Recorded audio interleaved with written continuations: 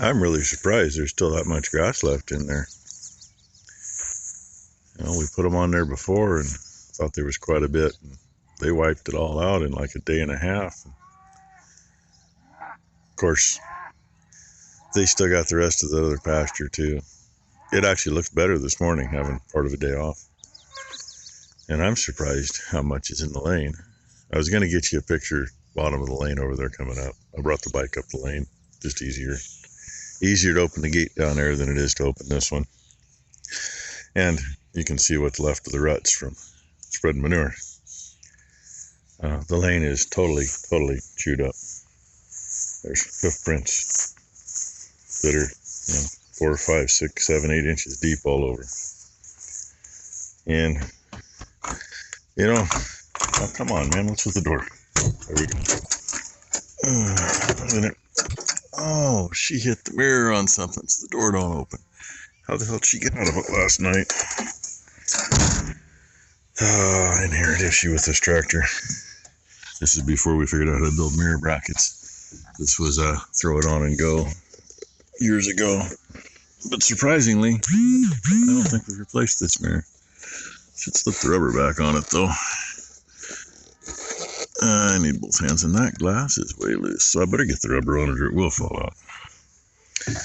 Anyway, years ago we used to plant early, or cut early, but then they say, oh, don't cut before 10 a.m. The last year we did haylage, well, the year we quit doing haylage, I came up and, I don't know if I cut that piece or not, but I cut these two. I started at 7 o'clock in the morning. Keep in mind, different mower, different tractor. We can cut fast if we want to. We still cut pretty fast, but by 10 o'clock it was all in the windrow. I came out to check it before lunch, because usually we'd be 3-4 hours and run the tedder rake through it, and half hour to an hour later follow it with the baler. Before lunch it was too dry to make haylage. After lunch the tedder rake went through it, and 4 or 5 o'clock I started baling dry hay for the first time with the round baler when we had it. And we were in that baler for 20 years, so. Anyway, I go see how wet it really is out there. And she didn't come with any mud on the tires, so she didn't get stuck. And if I have to, I cut around the spot. I never have. I've always gone through it. Usually it's wet enough that the time you're done for the year, the ruts are gone. If it's wet enough, they'll, kind of flow back in. And Becky and Thailand headed that way to go to the vet with Blue for his final checkup. Get that saga over with. Well, the sad thing is she quit about 2 rounds before she was out of it. See the track there. She did a lot right through here where it was pretty frickin' wet. And it's expected in this field. Look at what she done there. And ooh, that was close. Right here's where I started. Like the first 2 or 3 rounds, the corner was a little iffy, but then it was good on in. So, gotta get it cut or the ground ain't gonna dry. This corner, I'm done with this piece. She said she's too short for the AC to reach her. She's run this tractor before. Yeah, idiot light up there's come on twice. It ain't doing much. It needs a little juice. But anyway, now you can see from here the way the ground lies. That's kind of a low spot right there where she was having issues, and I was seriously just back there when I said, I was spinning. But anywho, only early, but it's got to get cut and let the sun hit this shit and get it dried up. And get the ground dry. It's pretty good out here now. Except doing corners, I'm crossing every single track, so it's a bit rougher. That piece should be drier. This piece years ago, when the last time we made small bales on it, Had a 1048 New Holland stacker, and it was soft like it is now.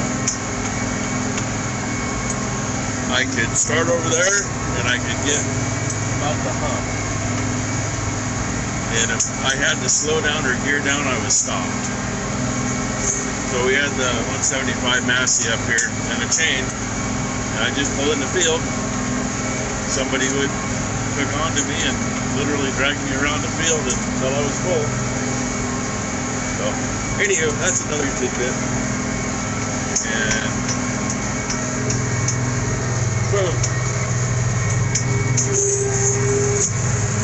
This field's done. Get that thing up in the air, and I want to get over here so I'm not getting that wettest spot. Oh, maybe that backfired. I'm right in it. Yeah. Oh well. Just a little more.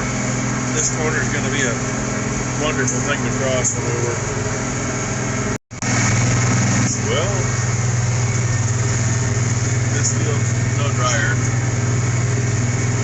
Still got that tick going on. And when it does it, the front shield over the very front there, you can see it kind of bounce. Don't see nothing else do anything. Still can't find anything wrong with it. Does it? Oh, just certain spots in the field. Doesn't seem to matter if it's heavy or not as heavy or down or what. And what it sounds like, I got thinking about it, it sounds like the chain's giving on a worn out sprocket. Just one tooth. I don't know if you heard that or not, but it just did it. And there are no chains on this machine. It's all gears. And I would think that if it was a gear, especially as hard as most of this is pulling, we would have been done yesterday. So I still don't have a clue. But when I get done with this, the thing needs to get pressure washed anyway, because it's built up underneath the disc so much already. I mean, the discs had calves worn in the mud yesterday. Just did it again, right? Come around the corner and again. And again. Does it over here, and it does it over in the other corner. Coming down the hill and then up the hill a little bit. And every now and then just does it anywhere. So, I don't know. I'm gonna have to stop, darn it. There's a buck and a yearling following him. They just come out of the trees over here. In the shadows. And I'm on the last corner. So, yeah. 9:30 and I'm done good. Did about 12 acres, 13 acres maybe. Not going overly fast, but fast enough. And the other piece, I didn't notice, of course I didn't run the whole thing, I did most of it. I didn't notice the spots that we ran the Traveler last year. This piece, oh, I felt every one. Deer right there on the edge between the wire and the trees. Looks like he's at least a 4. He might go a 3-point by the looks of it. Kind of hard to tell. They still got a little time before they are. So, anyway, on to something else, like get the frickin' mower cleaned up and see if I can figure it out. Well, I'm going to end it here. Mower's over there cleaned up, drip drying. No. And notice there's a bunch of stuff that's not here. Somebody got some stuff cleaned up. She did part of it.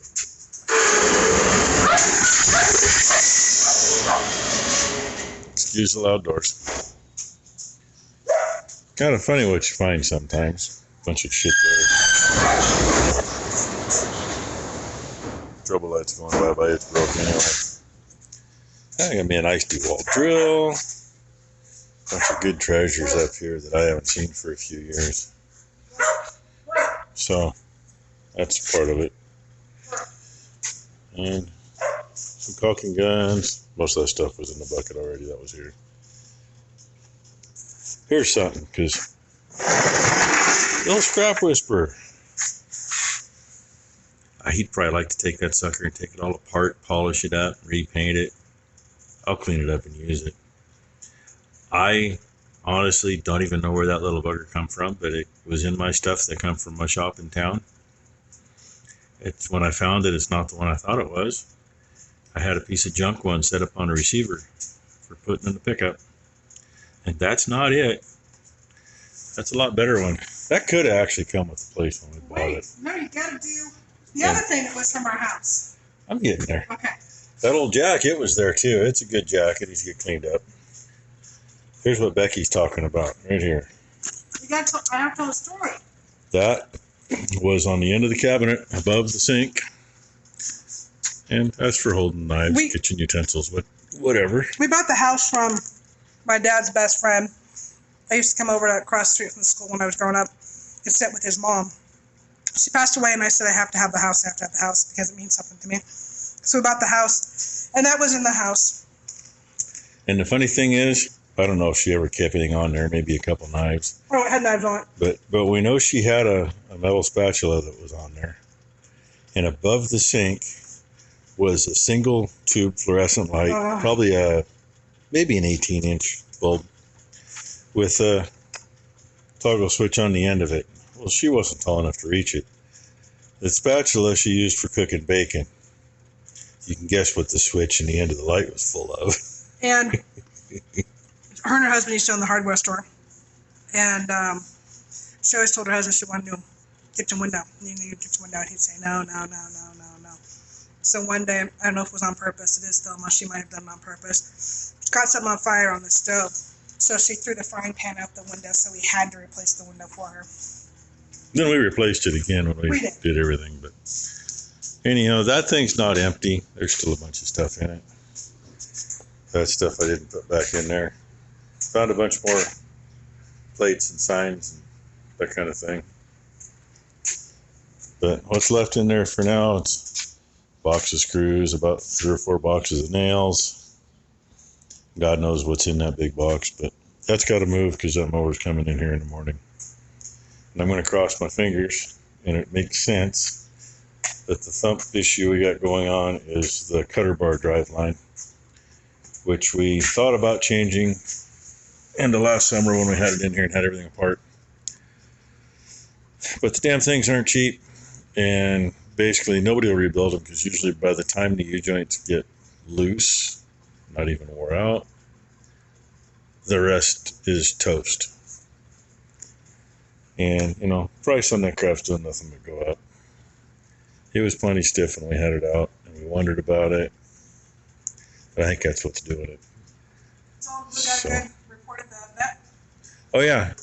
Blue's not in here. He's outside, but Blue's got the green light. He's all good to go.